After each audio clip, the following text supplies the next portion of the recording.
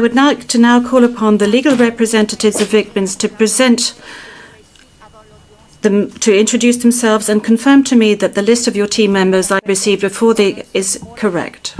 Victims participating in this proceeding are represented today by Mr. Joel Boutuyan, Mr. Gilbert Andres, myself, Paulina Massida, and I confirm the list of our jurists who assist us today as provided to the court officer. Thank you very much. Merci beaucoup, Maître Massida. Thank you very much, Maître Massida. Thank you. On my right, I have Judge Rain Adelaide, and I have Judge Adelaide Sophie Alapina Gansu, and to my right I have Maria del Socorro Flores Liera. And I am Julia Antonuela Motok, and I am the presiding judge in pre-trial chamber 1 of the court. This hearing concerns the confirmation of charges by the prosecution against Mr. Duterte. At this stage of pre-trial proceedings, the OTP alleges that Mr. Duterte is responsible for the crimes that the court officers shall read out shortly. The Chamber shall not take any decision with regard to the guilt or innocence of Mr. Duterte during this hearing. Indeed, the role of the Chamber is to determine whether there is sufficient evidence to establish substantial grounds to believe that Mr. Duterte committed the crimes with which he is charged. If all or part of the charges are confirmed, the Chamber will refer the case to trial, where the trial chamber will decide upon the innocence or guilt of Mr. Duterte. The general principles to be applied at the hearing are as follows. The suspect, in accordance with Article 66 of the Rome Statute, the suspect is considered to be innocent until his guilt has been proven by the court. The burden of proof is upon the OTP, which must produce sufficient evidence to prove the charges against Mr. Duterte at the required standard of proof at Article 61, paragraph 7 of the Rome Statute.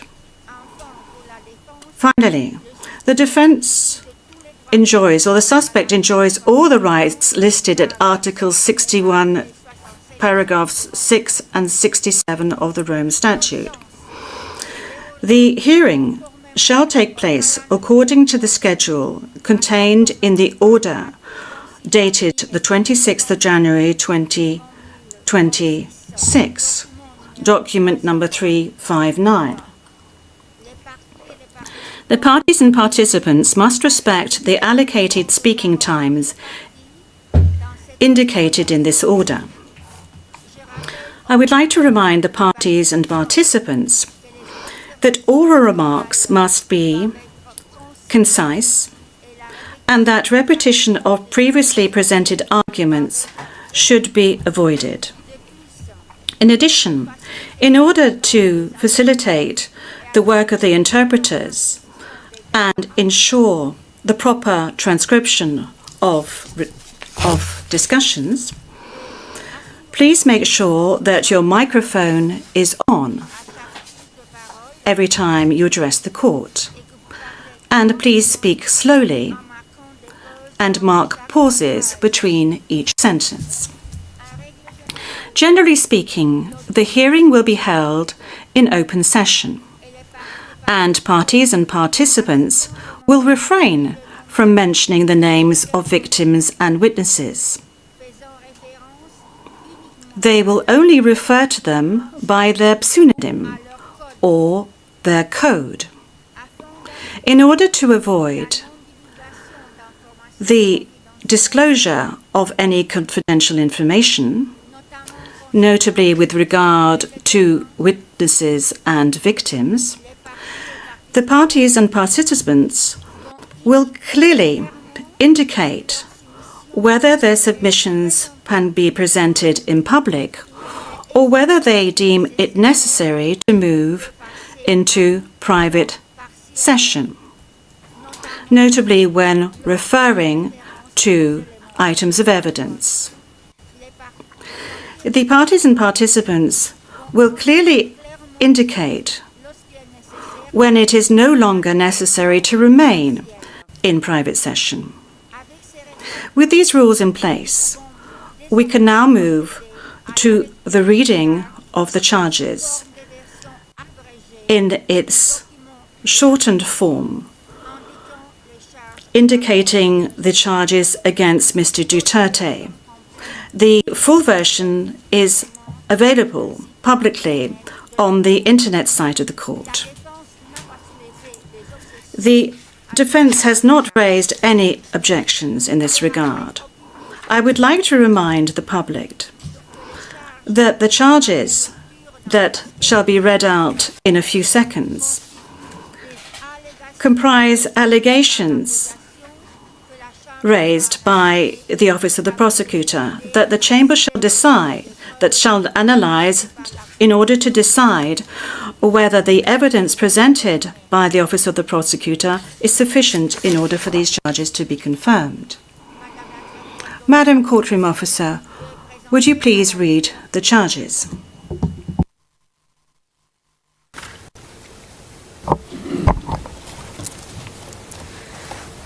The prosecution charges Mr. Rodrigo Duterte with 2 counts of murder and 1 count of murder and attempted murder as a crimes against humanity committed between 2013 and around June 2016 and between around July 2016 and September 2018 in the Republic of the Philippines as follows. Count 1. Murder of 19 victims alleged to be criminals, including 3 children, who were killed in or around Davao City in the Philippines between 2013 and around 2016 by members of the Davao Death Squad, while Mr. Duterte was the mayor of the Davao City pursuant to Article 71A of the Rome Statute. Count 2. Murder of 14 victims labeled as high-value targets for their alleged criminality, who were killed in locations across the Philippines between around July 2016 and July 2017 by a network of perpetrators comprising state actors and others, referred to as the National Network, while Mr. Duterte was the president of the Philippines pursuant to Article 71A of the Rome Statute. And count 3. Murder and attempted murder of 45 victims, comprising 43 murders and 2 attempted murders of persons alleged to be criminals, including 3 children who were targeted in barangay clearance operations in locations across the Philippines between around July 2016 and September 2018 by members of the National Network, while Mr. Duterte was the president of the Philippines pursuant to Articles 71A and 25(3)(f in respect of the attempted murder of the Rome Statute. The prosecution alleges that Mr. Duterte is individually criminally responsible for all 3 of the above counts as follows. First, as an indirect co-perpetrator pursuant to Article 25(3)(a) of the Rome Statute. At least between 1st November 2011 and 16 March 2019, Mr. Duterte and his co-perpetrators shared a common plan to neutralize alleged criminals in the Philippines, including individuals perceived or alleged to be associated with drug use, sale, or production, through violent crimes including murder. Mr. Duterte and his co-perpetrators implemented this common plan through the hierarchically organized structures of the Davao City, police and Davao Death Squad, and then the national network. Within the framework of the common plan, Mr. Duterte made essential contributions to the crimes in counts 1 to 3 by A. Designing and disseminating the police to neutralize alleged criminals, both in his role as a mayor of the Davao City and also during his presidential campaign and as a president, including by endorsing the anti-illegal drugs campaign Double Barrel. B. Establishing and overseeing the DDS. C. Instructing and authorizing violent acts, including murder, to be committed against alleged criminals, including alleged drug dealers and users. D. Providing personnel and other necessary logistic resources such as weapons, including those to be used in the execution of the crimes. E. Appointing key personnel to positions which were crucial to the execution of the crimes. F. Offering financial incentives and promotions to police officers and hitmen to kill alleged criminals. G. Creating and maintaining a system in which perpetrators knew they would be protected, including through promises of immunity and shielding perpetrators. I.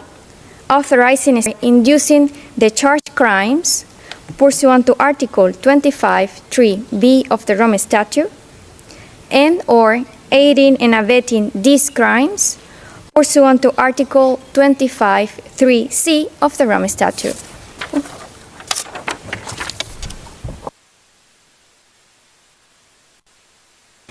Merci, Madame la greffière. Thank you, Madam Courtroom Officer.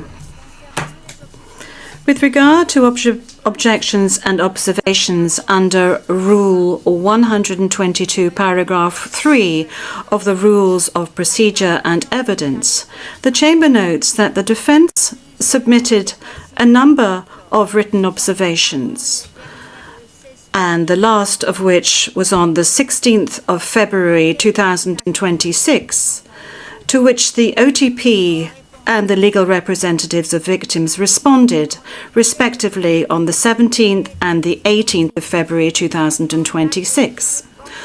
On the 20th of February 2026, the Chamber dismissed, in its public decision, the defence's objection. We do not have any submissions to make in this regard. Thank you very much, Mr. Deputy Prosecutor. Counsel? Madam President, we have no observations. Merci beaucoup, Maître Kaufmann.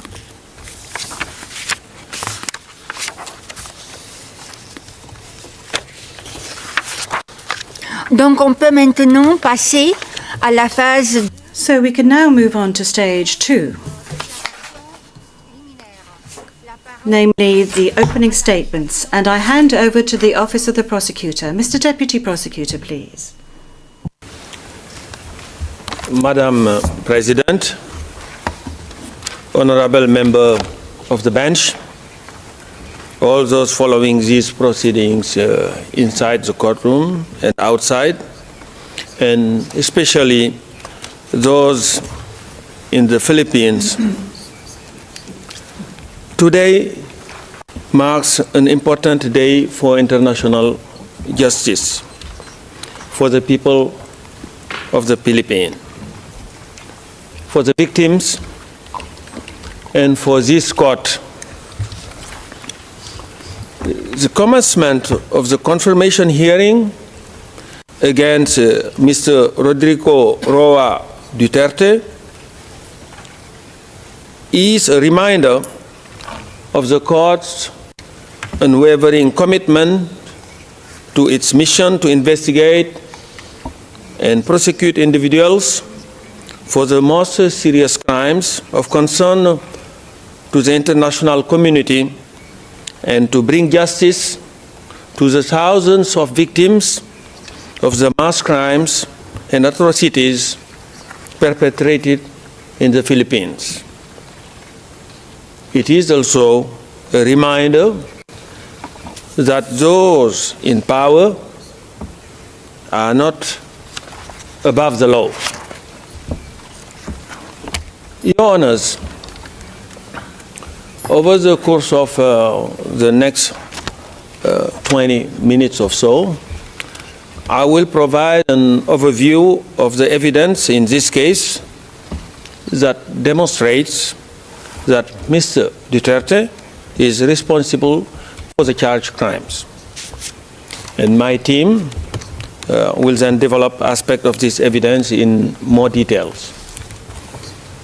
This case before you today, it is before you today because there are substantial grounds to believe that Mr. Duterte is criminally responsible for those three counts of murder just spelled out and attempted murder as crimes against humanity. These charged crimes were committed during the time within the court jurisdiction, which is between the 1st of November 2011 and the 16th of March 2019. At first, they were committed in and around Davao City, where Mr. Duterte was a mayor, and then expanded across the rest of the Philippines when he became president. Mr. Duterte is charged with 49 incidents of murder and attempted murder of 78 victims, including children. These murders and attempted murders were part of a widespread and systematic attack that overall resulted in the killings of thousands of civilians across the country during the relevant time frame. Thus, the charged incidents are merely a fraction of the overall criminality that resulted from Mr. Duterte's so-called war on drugs. What is Mr. Duterte's core contribution? Your Honors, Mr. Duterte played a pivotal role in the commission of the charged crimes. His contribution was essential, as he was at the very heart of the common plan to use his words, to neutralize alleged criminals in the Philippines, including through murders. The victim included individuals associated with or perceived to be associated with drugs. One of the first things Mr. Duterte did when he became the mayor of Davao back in 1988 was to create the infamous Davao Death Squad, otherwise known as DDS. As you will have seen from the prosecution pre-confirmation brief, Mr. Duterte personally instructed Death Squad members that their mission was to kill criminals and suspected criminals, including drug users and dealers, also referred to as drug pushers. The death squads carried out this mission well into the charge period through 2011 to 2016, perpetrating the crimes charged in count 1. Your Honors, Mr. Duterte's criminal plan and his intent were no secret. He not only shared them with his co-perpetrators and members of the death squad, but also made them abundantly clear to the general public in the numerous public statements that he made time and again.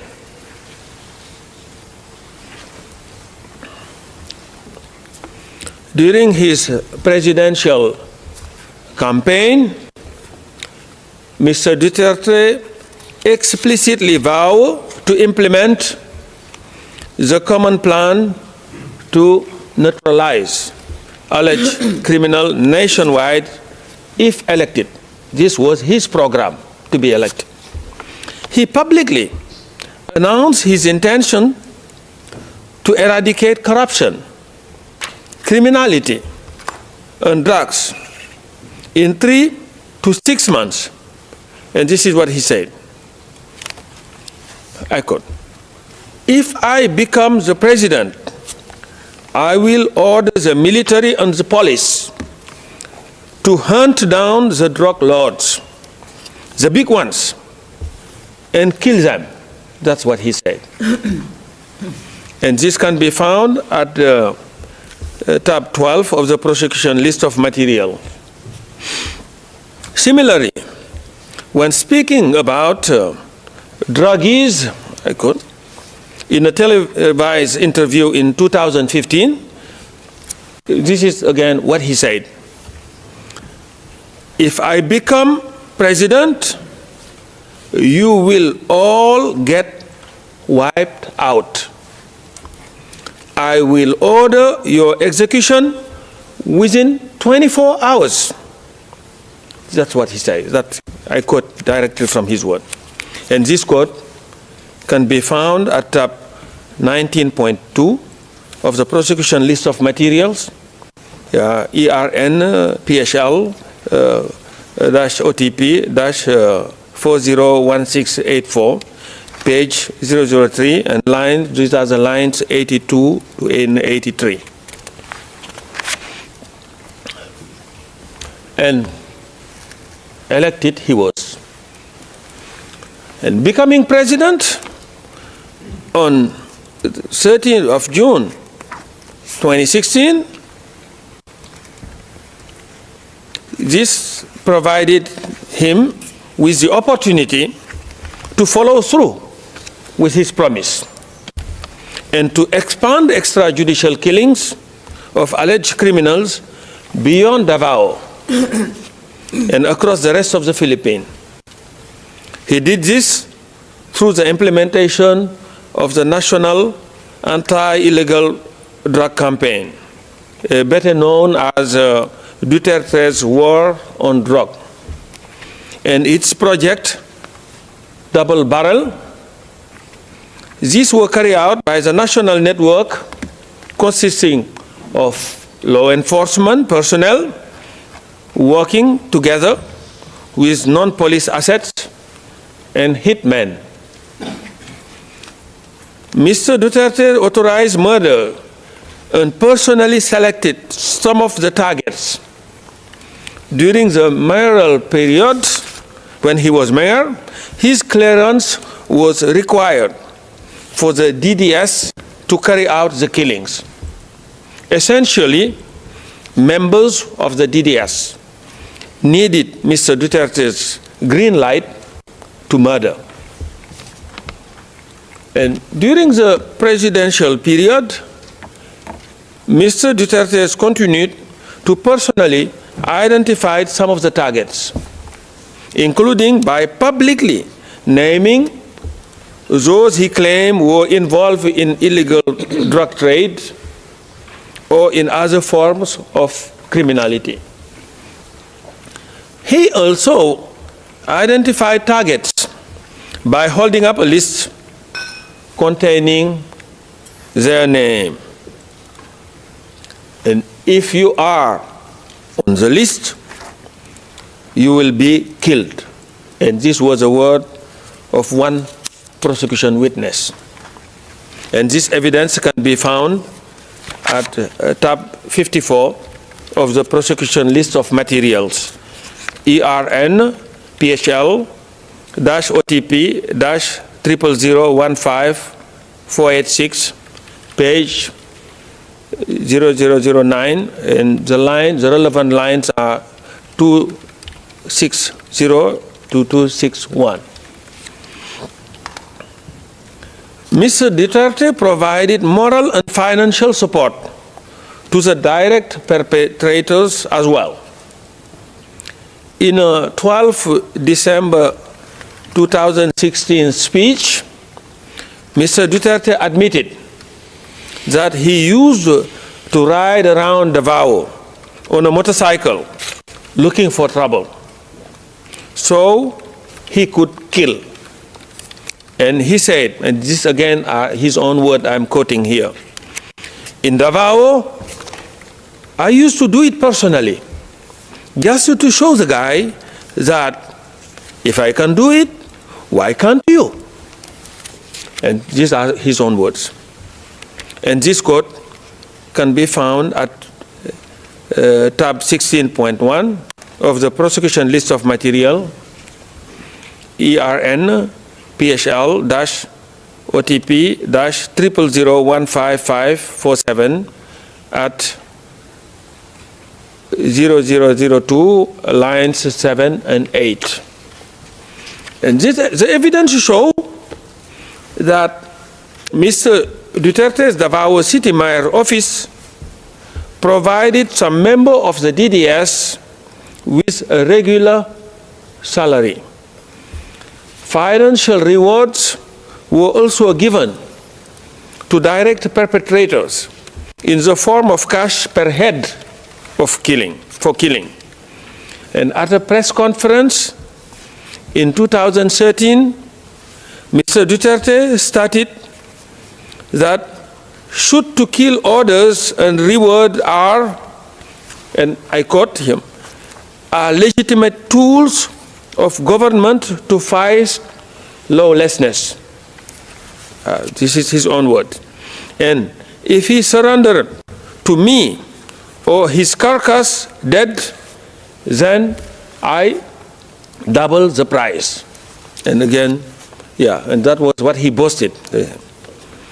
This quote can be found at tab 17.2 of the prosecution list of materials, PHL-OTP-000094932 at 0002, and the relevant lines are lines 7 to 11.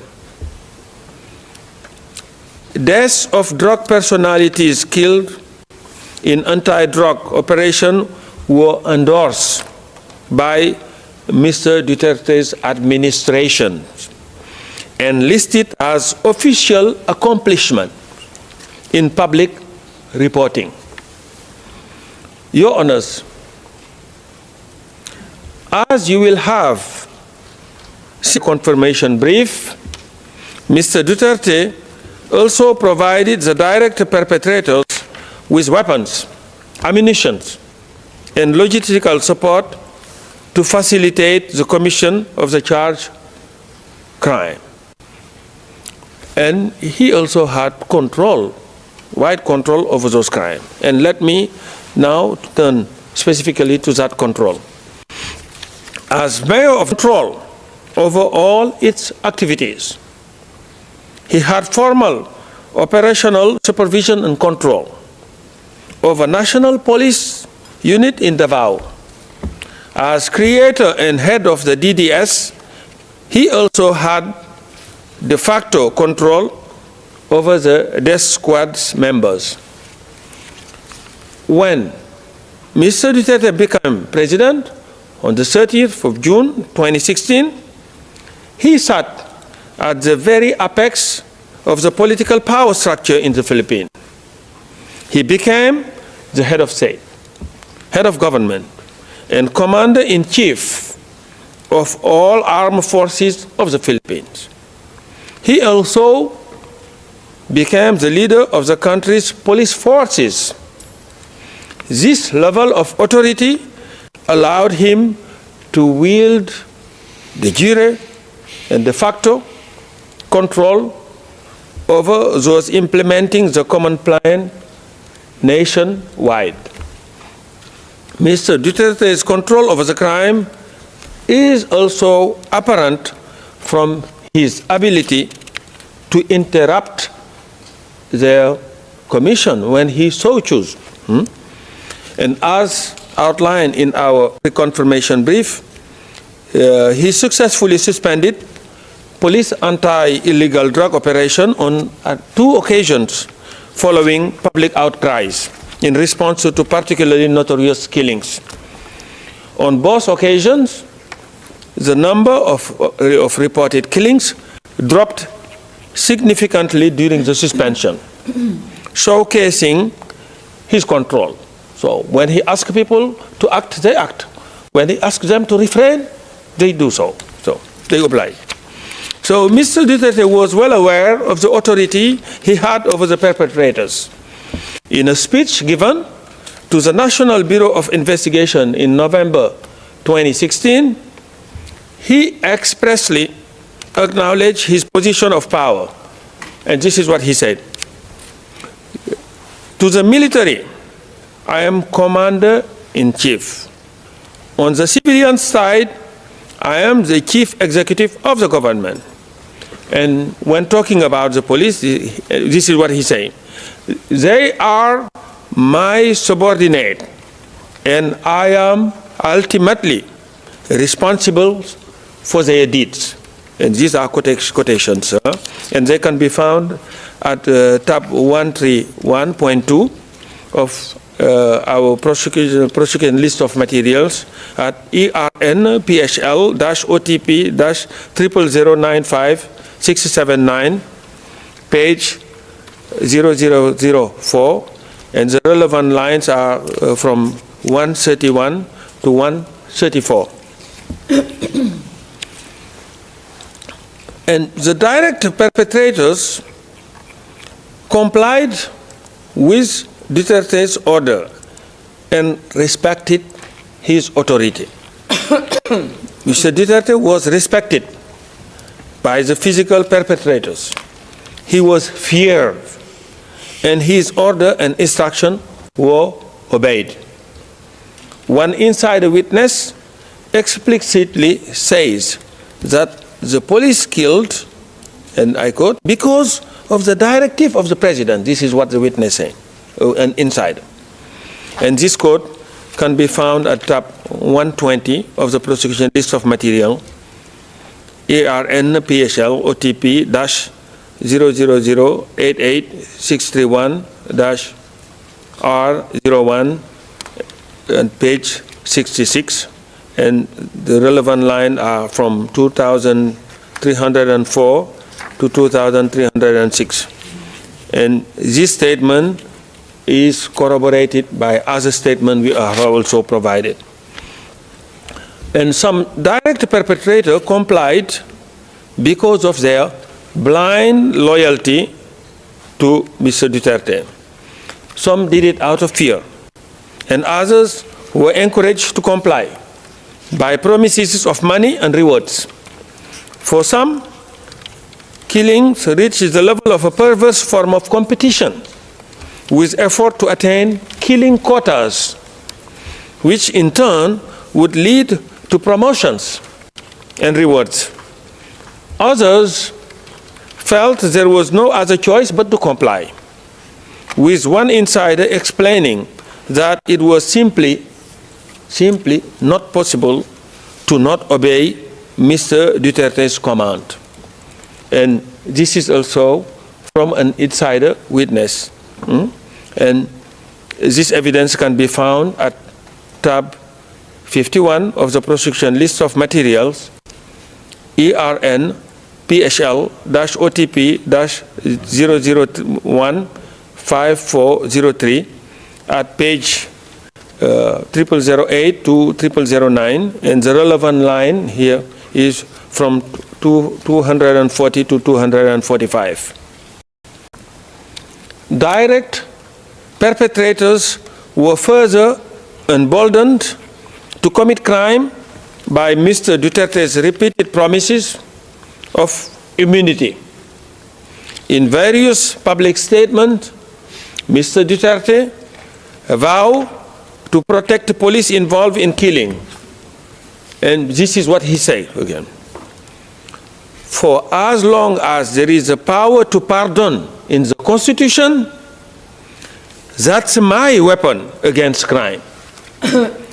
If you massacre 100 and there are 100 of you, then you will all be pardoned. Restore to full political and civil rights, plus a promotion to boot. It's like that, especially the high profile. And this quote can be found at tab 130.2 of the prosecution list of materials at ERN PHL-OTP and 50336 at page 0010. Such statements reassure the physical perpetrators. One insider described that he felt confident to continue killing people because he knew that he wouldn't be arrested for that. And this evidence can be found at tab 38 of the prosecution list of material, ERN PHL-OTP-0001-2779 at page 0005, and relevant lines are from 130 to 131. Your Honors, let me now say a few words about just the contextual elements. The 78 murders and attempted murders that Mr. Duterte is charged with in this case were not random. These were not random crimes, nor was they spontaneous or happened in isolation. Rather, the evidence demonstrates that they were part of a widespread and systematic attack directed against the civilian population of the Philippines. The murders and attempted murders were carried out across the Philippines and over a substantial period of time. Overall, Duterte's so-called war on drugs resulted in the killings of thousands of civilians from the 1st of November 2011 to the 16th of March 2019. And many of these victims were... Excuse me, counsel, you have 5 minutes left. Okay. Yes, were children. The victim of extrajudicial killing charge in this case were brutally murdered, some after having been abducted and mistreated. Unlike Mr. Duterte, who is represented by his counsel here today, they were deprived of any form of due process. The loss of every single one of these victims had the most profound impact on their families, their friends, and ultimately their communities.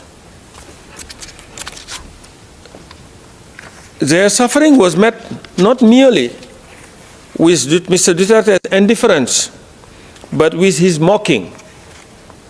In a 25 July 2016 speech, he expressly made fun of the iconic photograph portraying the partner of an extrajudicial killing victim cradling his body, which now visible on our screen. While the specific incident portrayed in this photograph is not charged in this case, Mr. Duterte's comment on it is demonstrative of his attitude towards the victims. In reference to this photo, Mr. Duterte, this is what he said. Those of you who are still sober, those who haven't tried illegal drugs, if you don't want to die or get hurt, don't rely on the priest, including human rights advocate. They won't be able to prevent death. So, don't do it. And then there you are, sprawled on the ground, and you are portrayed in a broadsheet like Mother Mary cradling the dead cadaver of Jesus Christ. That's how they are creating dramas here. This is what he said. And this quote can be found at tab 128 of the prosecution list of material at ERN PHL-OTP-50335, page 0008. And of course, the question of whether Mr. Duterte had knowledge and intent, of course, it goes without saying. Your Honors, Mr. Duterte intended and knew that the charged crime were occurring, or that they would occur in the ordinary course of event that he had set in place and put in motion. His intent and knowledge are shown by the multiple statements he made throughout his mayoral and presidential tenure, promising to reduce crimes by killing alleged criminals, promoting the common plan, and urging police and even members of the public to kill alleged criminals.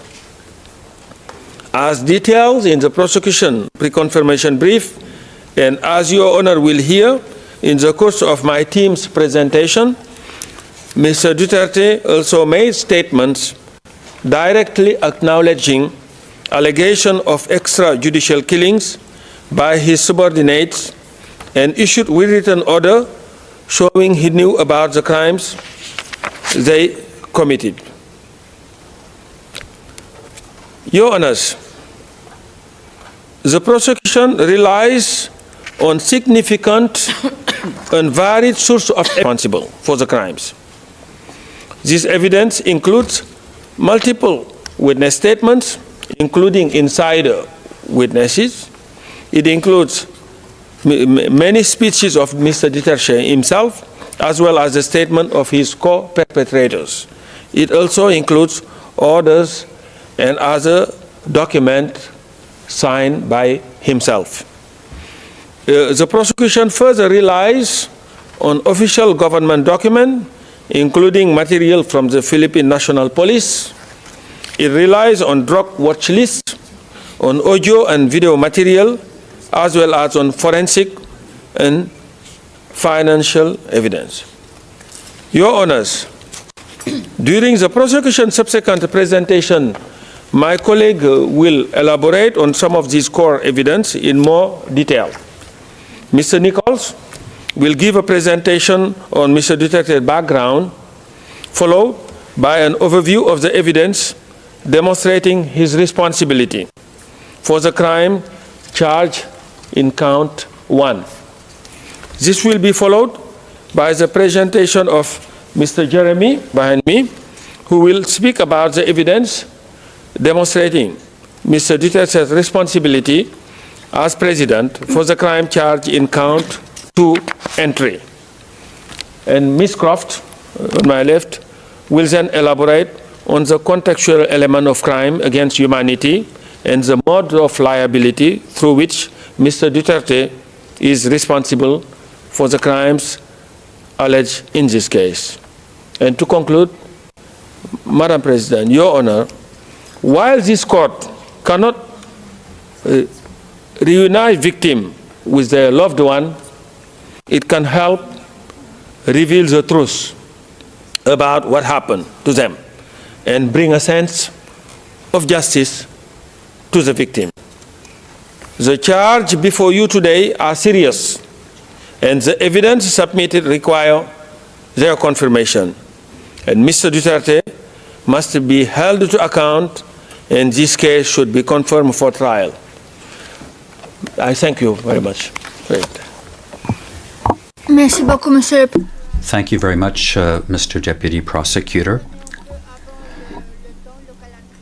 Now we are slightly in advance on our schedule. I will now hand over to the legal representative of victims for her opening statements until 11, and then after that you shall continue.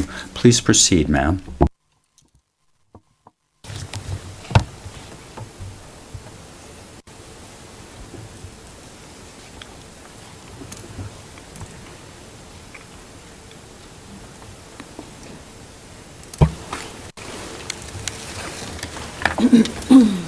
Madam President, Your Honors, by way of an opening statement, we convey the views and concerns of the 497 victims authorized to participate in these proceedings. At the outset, Your Honors, we communicate the very deep disappointment of the victims at the decision allowing Rodrigo Duterte not to be present in this stage of confirmation of charges. The sight of Mr. Duterte being read and being confronted with the grave and horrible charges against him would have constituted a vital component of justice for the victims. This case symbolically represents the last boat that the victims can board to go on a journey in search of justice for their loved ones who were brutally killed upon the orders of Mr. Duterte. If this chamber prevents the boat from sailing by not confirming the charges, the victims will forever be moored in an island where the nights are filled with the screams and cries of their massacred loved ones. There is absolutely no other recourse for the victims. No less than former Philippine Justice Secretary Crispin Remulla admitted just a few months ago that the door to domestic justice is permanently closed for victims of the Duterte extrajudicial killings. Remulla declared, and we quote, "It is difficult to prove the case here and build up the case because those who need to speak are involved in the crime.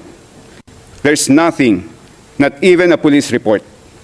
You don't have a scene of the crime, you don't have ballistics, you don't have DNA." Remulla further declared, and I quote, "Everything that could be erased was erased so that the cases would not push through. That is why this has reached the ICC." Under the Philippine justice system, Your Honors, no criminal case can reach the courts unless they are initiated and filed by the Department of Justice or the Office of the Ombudsman. From Justice Secretary, Remulla has been appointed as Ombudsman.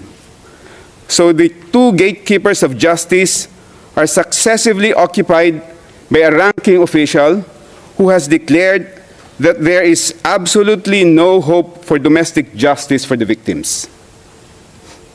If the charges are not confirmed in this case, we'll return to the Philippines as a conquering hero. He will resume preaching his gospel of impunity. In fact, if Mr. Duterte could threaten to slap the judges of this, imagine the kind of terror-filled threats and the violent actions that can easily be used against the victims if the suspect walks free from this court. If the charges are not confirmed, it is a very serious concern of the victims that Mr. Duterte will be portrayed in history by his multitude of followers as the leader who vanquished the ICC and who cleansed his country of 30,000 rapists, murderers, and dangerous criminals, which were the scornful words he sweepingly used against all those who were killed in his murderous spree. Your Honors, Mr. Duterte has been in detention here in The Hague for almost a year now. But there has been no peace and rest for the victims. From the time their loved ones were killed and continuously up to this time, they lived in constant fear for their lives. The arrest and detention of Mr. Duterte has not stopped impunity in the Philippines. The virus of impunity that he spread all over the country has become a cancer that has metastasized infecting millions of Filipinos. Mr. Duterte has created clones of himself. He converted millions of peace-loving citizens into bloodthirsty disciples who have become converts to the belief that violence and killings are valid solutions to societal problems. The killings masterminded by Mr. Duterte continue to have consequences for the victims even to this day because of his clones. These mini Dutertes harass, threaten, or commit outright violence against the victims and their families. As shown by the number of victims participating in this proceeding so far, many still fear to come out and tell their stories of how their lives became a living hell as a result of Mr. Duterte's crimes, and because they are constantly terrified of being targeted with violence by Duterte fanatics. Many victims have been hesitant to participate in this ICC case because they live in communities that thrive with Duterte clones. They see the halls of power of their country teeming with Duterte disciples. They see and hear senators, congresspersons, mayors, governors, and powerful public figures who are mini Dutertes. The daughter of Mr. Duterte is the vice president, and she has just recently declared that she is running for president in 2028. One Duterte son is a congressman. Another is the Davao City mayor, and his grandchildren occupy positions of power. The plague of impunity has spread not only among Filipinos in the Philippines, but even among expatriate Filipinos in faraway lands like here in The Hague. When we reported to the victims that we, their external legal representatives, feel like fugitives. Apologies, counsel, it's 11 o'clock. What you say? When we reported to the victims that we, their external legal representatives, feel like fugitives who avoid our own countrymen here in The Hague,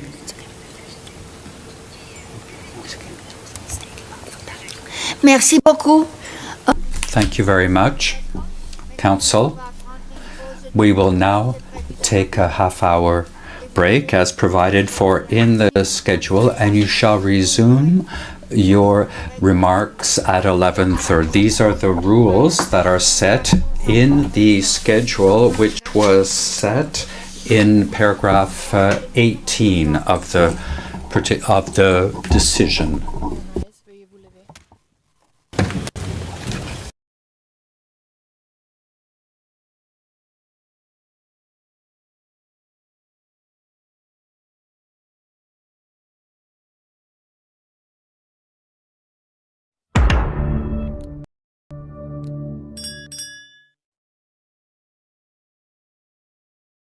I would like to now call upon the legal representatives of victims to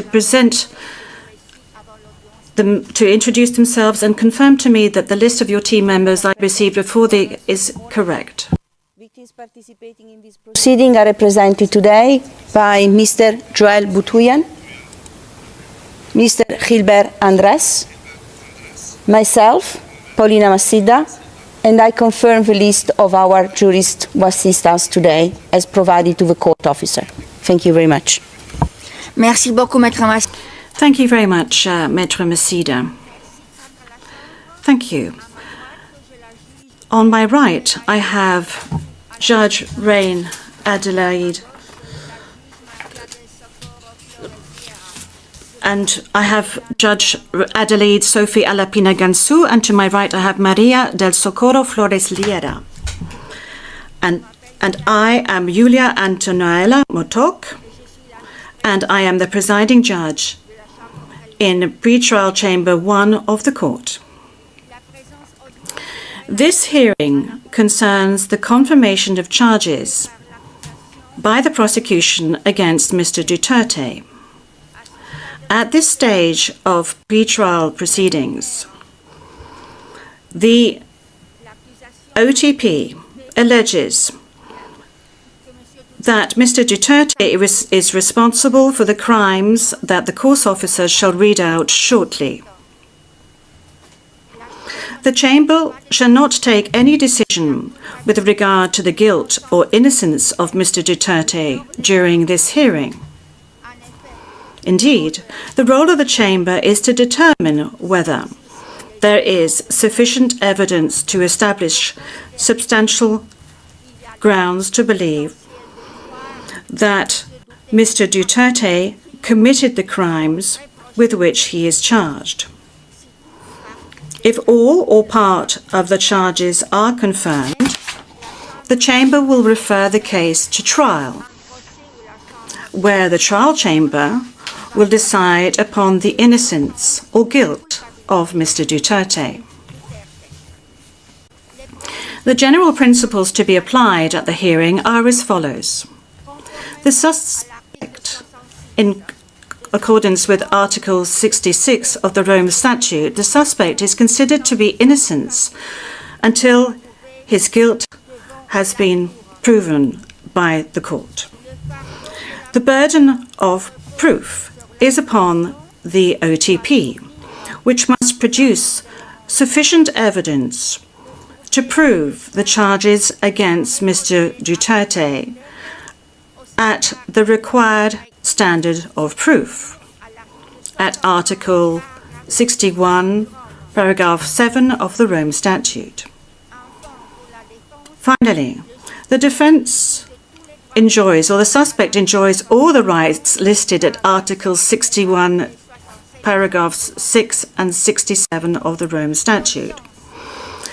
The hearing shall take place according to the schedule contained in the order dated the 26th of January 2026, document number 359. The parties and participants must respect the allocated speaking times indicated in this order. I would like to remind the parties and participants that oral remarks must be concise and that repetition of previously presented arguments should be avoided. In addition, in order to facilitate the work of the interpreters and ensure the proper transcription of discussions, please make sure that your microphone is on every time you address the court. And please speak slowly and mark pauses between each sentence. Generally speaking, the hearing will be held in open session, and parties and participants will refrain from mentioning the names of victims and witnesses. They will only refer to them by their pseudonym or their code.